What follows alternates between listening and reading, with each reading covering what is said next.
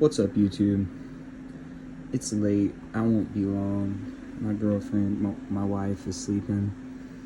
But I got the terrarium almost done. Probably post one more update. Oops. Probably post one more update in the next week or so, because I have some more stuff coming.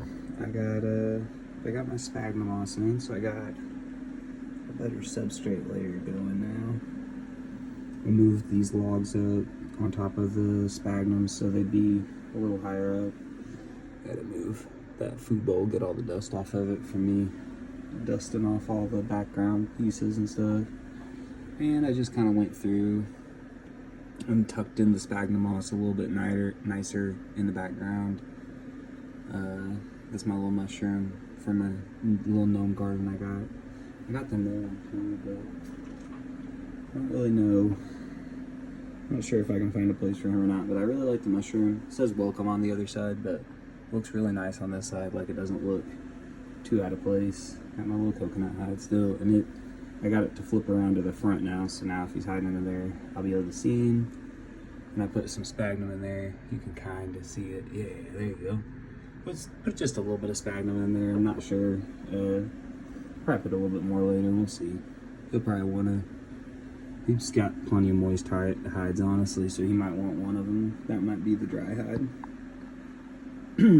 But yeah, just put all the sphagnum in. Got it all filled in back here and stuff all around the plants. So then if stuff's burying into the substrate, it's not burying into my nice planted substrate. My gecko doesn't need any wood chips or anything, because I do have some wood in the lower portion down there.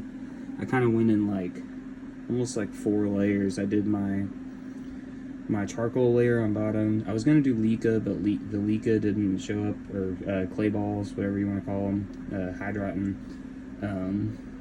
They didn't get here, so I'm just sending them back. They didn't get here in time, and I was ready to build, so I just built it with charcoal. And then, 1 second. Okay, cool. That feels pretty sturdy. I've been checking out to see if my background's holding up pretty good. It looks kind of, you know, don't look the best in some places. Like back here, it's got some, you see some expanding foam showing. I could go back through with a little spot. I think I ran out of silicone, and when I was doing the top, which I did last, and if you do an enclosure this large or larger, definitely do 2 tubes of silicone just in case, because you'll probably need it. And I did 2 things of expanding foam too, and it was pretty much perfect. I think I even had a little tiny bit left, and this is a 24 by 18 by 36 36 vertical, 24 wide, and then 18 deep. Yeah, and what else did I do? Tucked in all the sphagnum moss. Like I said, there's those couple black spots aren't really going to bother me. Most of the plants are going to just cover it in anyway. And in the lower spots, like the middle of the tank, where you're actually going to be kind of more visually focused at, it looks even better. So as long as I can get that top part to fill in, and if I can go back over with a little spot coating of silicone and a little spot coating of some coco coir. That's no big deal. Over there's a little bit of it too. You can't even really see it because of my hygrometer. Over there, it's a little bit dark too. Like some of the black showed through. Back here, I don't even care because I'm gonna have some stuff, some moss and stuff up there covering that. So no big deal there. And I guess I could cover that back part back there with moss or something like that too.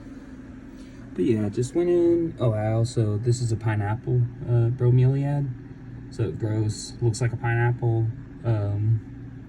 off of it. Like as a little, it almost grows like a little runner or flower out the top. Kind of like most bromeliads do, but it turns into like a little pineapple, it's a semi-edible. I think they said that they don't taste very good, but they're technically edible. Yeah, just tucked on all the sphagnum, got enough sphagnum to fill that log up with sphagnum. I'm going to put another bromeliad on the other side, or maybe even 2 more if I can find. I got this one that's spiky, and I don't want to put it in, so I'm going to just try to find a bunch of babies put a bunch of babies in there and just let them grow out. I don't really need that part to fill in that fast. I got pothos back here. It's gonna fill in. I got like 5 of them. I think I even threw one away because I was just like, I don't even have a place to plant this. Yeah, put some moss up into this log, tucked it into the cracks, and then on this branch I finished the vines. I don't even know if my last video I had the vines on, but I had them on here for like 2 days. I had glued on the very bottom part, and then like maybe like midway up on each one, and then wound them up to the top, and then just kind of let them like tighten or whatever you want to like loosen almost. I don't even know. Just basically get used to holding that shape, and then it makes it a little easier to glue them. I hot glued them, but I think I'm probably going to go back through with some Gorilla Glue gel and just like hit like maybe like right up here on this one and like right up here, you know, kind of hit some of the spots that I don't already have moss with some Gorilla Glue too, so to give it a little extra hold there. And then I'll just cover it with moss like I've done here, and then hopefully eventually this whole thing will just cover over with a bunch of moss so it won't look too crazy having moss at the top. I thought that was the best way to blend it, is if I just put sphagnum up the whole thing in a couple key places. My cat's always super interested in messing around. I put a couple little pieces of cork as decor. I'll probably put some more. Like, I'm gonna plant some, I got like 3 red selaginellas coming. I'm gonna plant like maybe one over there somewhere and like one somewhere maybe like in the middle or like back there, and then like one over on the left side. I'll kind of scale them out a little bit to give some little pops of red. And then I got a mother-in-law's tongue. Hey, don't eat my fern, Winry. She's trying to eat my fern again. She really likes the fern. I'm gonna put a mother-in-law's tongue back here. It should grow up like the whole length of the tank, and it'll probably get too crazy and I'll have to trim it down to somewhere around that branch probably, or maybe a little higher. And then I got variegated, like a pink variegated strawberry begonia, which is kind of like a different, like a rarer strawberry begonia. I'm gonna put up here, and they kind of just spread out, so it's spread out that whole area. I got like a turtle, string of turtles, peperomia. I'm gonna either put up in the front, or I might put it back there if I have enough space. And that should be all the plants. Yeah, the begonia, peperonia, the mother-in-law's tongue, and then the selaginellas. And then after that, I'll either go collect so I might buy some moss too. It just depends. I found like a little deal on Etsy where you could get like 9 different little 3-ounce containers of moss, and they're all different kinds. So I might kind of like that. That way I can just kind of like spread out a little piece of it, you know, kind of different stuff everywhere. Give me a little bit of variety. And then I might go collect a couple too. Yeah, I definitely got a lot of moss like right in my yard, so I could start filling this in as soon as tomorrow. Start putting moss. Probably start putting moss in a couple key places on the logs. I might even super glue it to it so it stays in place. And like on this log, and definitely I want to cover up this because you can see some super glue right here, or hot glue right there. So I might go ahead and cover that up with some moss. And I mean, the begonia will cover that a little bit too, but I'm basically going to use moss on all the parts that I can't plant actual like terrestrial plants. That's why I put mostly air plants only in the back and moss, because you can't really plant a begonia back there. And I still wanted to be able to have a couple, you know, like a fern here, and, you know, more like a mother-in-law's tongue's more like kind of a succulent-esque plant. So yeah, I think it's coming together really nice. I also put another light on here for now. It's just 2 aquarium lights, but it looks a lot like whiter, cleaner light. Might not be showing up the greatest on this camera, but it looks better to me in person. Here, let's check it. Let's see how it looks without the other light. I feel like it looks super blue, so let's see how it looks on camera. Maybe if I can turn this switch off. There we go. It doesn't really look bad on camera. And if I pulled the light to the center, that probably looks even better. But I don't know. It looks better to me with the other light, so I'm gonna leave it for now. And then I have a UVB light. It's an Arcadia Shade Dweller 7%. I have one of the, and it's also the luminized version, so it's gonna have like the sunrise, sunset, and all that stuff with it, so that way I can like really simulate stuff in here. I don't know if I'm gonna need a heater or anything yet.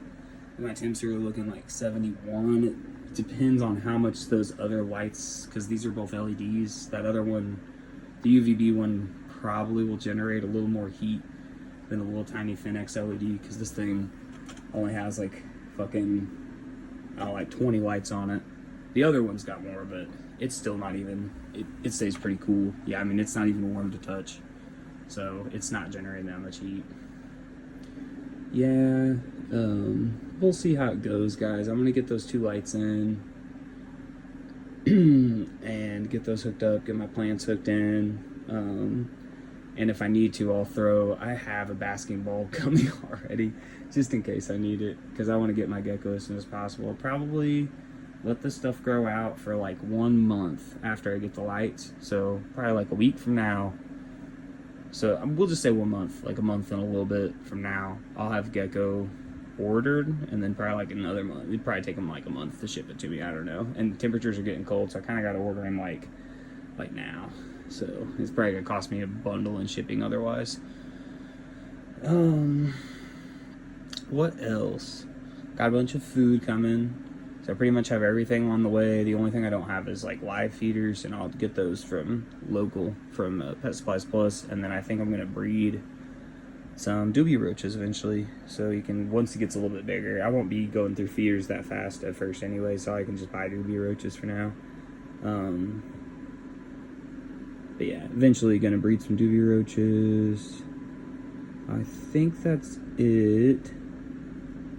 Oh yeah, I'm gonna buy another thing of springtails. I don't trust that culture of springtails. I've seen a couple big ones in there, and I know that's like all it takes, but I don't know, those 5 big ones might take a while to get going, you know? I didn't really see too many others.